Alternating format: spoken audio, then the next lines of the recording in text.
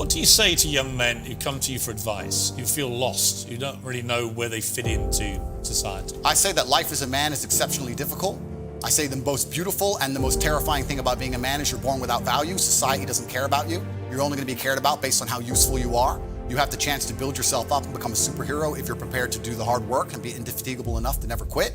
But if you're going to stand around and wait for a handout, nobody's going to ever respect you. And I think that a lot of people have forgotten about how difficult and how competitive it is as a man. We're always in constant competition with each other. And it's your duty as a man to stand up and say, I want to be as important and strong and good-hearted and God-fearing as possible. And I need to work hard to achieve those things. You either want it or you don't want it.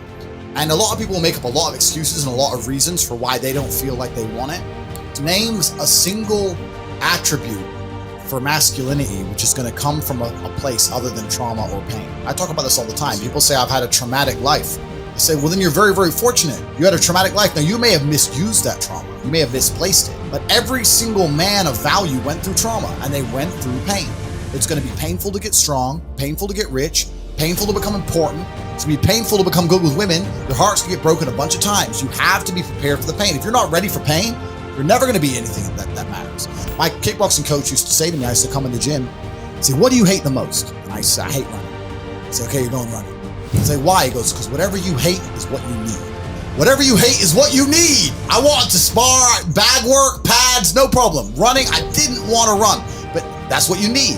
And that's what life's about. You're not going to be able to go through life avoiding pain and also becoming a man of quality. You're going to have to be that guy who's been through so much shit that he can wake up and go, this ain't nothing. This ain't nothing compared to back then. This ain't nothing compared to that time. You know, and if you're not going to be that guy, then you're going to always suffer the consequences of not being that guy. There's pain to become important and there's pain in not being important. So you have to make a choice. You're not going to have a big life without big problems. You're not going to be important without 4 girlfriends, 22 cars, 3 businesses. Fuck, your phone ain't going to stop. It's going to be stressful. Banks are going to get frozen. Money's going to go missing. You're not going to have a big life that's a calm ocean. You need to learn to just surf the waves and laugh, because most people just collapse under the pressure. Stress tolerance is a massive indicator of how successful you're going to be. And no matter what happens in my life now, I can sit there and go, well, at least I'm not about to get in the cage and deal with that guy, you know? And you need to have, at least I can eat. We've all been through stages where we can't eat. So stress tolerance is something that can be learned. It's something that you can, like you said, it's a muscle. It's a muscle. It's a muscle. When you're young, go out there and get stressed, get upset, have those sleepless nights. You should, at 17, 18, you should be panicking, right? And that's going to give you a stress tolerance level that allows you to grow into an adult which can handle a big life. You're not going to have a big life. You're not going to be here like all 4 of us are, living the life like we're living, rolling around Europe in supercars with unlimited finance, and have that big life and think that you're not going to have any kind of stress or problems to get there and maintain it. That's not real. You need to do what you're supposed to do, not what you feel like fucking doing. That's the difference between a man and a fucking child. You do not become a man doing what you feel like doing. You become a man doing what you're supposed to fucking do. The men on the Titanic didn't feel like dying that day. It's your duty. Nobody, absolutely nobody, gives a fuck about you as much as you're going to have to give a fuck about yourself. Nobody cares about you as much as they need to care to fix your life. Even your parents, even your friends, even all the people who think they care about you. They care about you, yeah, sure. There may be 2 or 3 people on the planet who genuinely care about you. But nobody is going to come to your bed, drag you out of bed, fucking drag you to a job, force you to work hard, go and get you a hot bitch and go and buy you a Ferrari. Nobody is going to do that for you. You are never going to have any of the things you want if you do not get them yourself. Nobody cares about you enough to do it for you. This is absolutely true. Everything you say you must mean. And once you implement that correctly, then you get the ability to motivate yourself to no end. You get unlimited motivation because all you have to do is find the energy to say it. You find the energy to say it, then you have to do it. It's literally that easy. I'd wake up in the morning and say, Tristan, we're running 20 miles today. And you'd say, oh, for fuck's sake. It's nearly a marathon. I'm like, yep, let's go.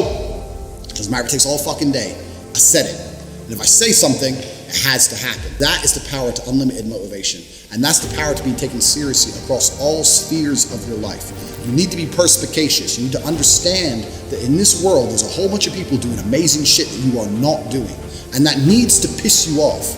Because if it pisses you off, you become motivated all of a sudden. I was the only one who was pissed off when that Aston Martin was next to me and I had my sales job. I was the only one who was pissed off when I saw that Ferrari drive past. Other people were not annoyed by it, and they're not annoyed by it. They're not driven to beat it. You understand? They're not driven to be where that person was. You need to be annoyed, and I'm telling you to be angry. Anger is a fantastic force. Like I said, the world tells you not to be arrogant, tells you not to be angry. It's two things it tells you to do. Don't be arrogant, don't have an ego, and you don't have anger. You're a fucking man. You're a full-grown man. It's perfectly fine for you to be pissed off. You're as competent as possible if you believe absolutely everything that's happened to you, whether good or bad, is completely your fault. You're as competent as possible if you believe the bad things that happen to you are going to allow you to work harder and become even better. When bad things happen to me, the first thing out of my mouth is good. This mindset I've constructed allows me to be as fearsome a competitor as possible. It allows me to be a feared opponent in any realm of human endeavor, and that's the point of a mindset. Why would you have a mental model or a mentality that made you anything less? In the ultra-competitive world that we've just discussing that everybody wants the things you have, why would you absorb information or construct a mental model that doesn't allow you to be as competitive as possible? I am a feared competitor in anything I do. Anyone who's up against me at anything is going to feel a degree of nervousness just because it's me. It doesn't matter what it is. If you say, look, you're going to go learn how to play piano, and you're going to play against someone else who's never played piano, and you're going to go learn, and that guy's Andrew Tate, you're going to be like, oh, for fuck's sake. I can't even play piano. But part of them is going to be like, oh, not Tate. Even though I have no piano experience, because they just know me. They know my mindset, they know my determination, they know I'm stubborn, they know I don't quit, they know I'm gonna win. That's just who I am. So I've constructed a mental model that allows me to be competent and to always succeed. And that's how I've come to the conclusions I've come to. And I truly, once again, don't understand how people go through the world with any other mental model. I get asked all the time, but what do you feel? Or what about happiness or depression? That doesn't even, how I feel doesn't cross my mind. I don't know how else to explain it. There are days where I'm pissed off or sad or happy. It doesn't cross my mind. It's just like, I woke up, whatever mood I happen to be in, I have things I need to do. It's a busy day. Zuby's here soon. I need to go training before he gets here. I had a meeting with the bank at 7:15 a.m. I have shit to do. Like, I didn't cross my mind if I was happy, sad, excited. I just had to work. So, I think my mental model, to a degree, I'm certainly not a person who doesn't feel emotions, because we're all human. I certainly do. But I've never prioritized them in any regard. I haven't built a mental model that I haven't put them in the middle of my mental model and then affected my actions based on how I feel for each one. It's absolutely and completely the opposite. I would love to do a podcast on a day where I'm particularly sad and a podcast on a day where I'm particularly happy, and I guarantee you wouldn't be able to tell the fucking difference. So that's what allows me to be competitive, right? Because if you're competitive, if you want to be the most competitive predator on the planet, you have to be able to hunt in the day and the night. You have to be able to do both. You have to be able to perform when you're happy and sad. You can't only be able to perform when you're happy. You can't only go to the gym when you're motivated. You can't only be a competent person when your life's going well, because when your life's not going well, you're no longer competent. Then you're going to lose to people like me. And it's player versus player. If you're the kind of person who can only do well when you're happy, and you're competing against someone like me who can do well all the fucking time, guess what? You lose. I made myself this way. I wasn't born this way. I absolutely and utterly made myself this way. And any single one of you men out here can do the same thing.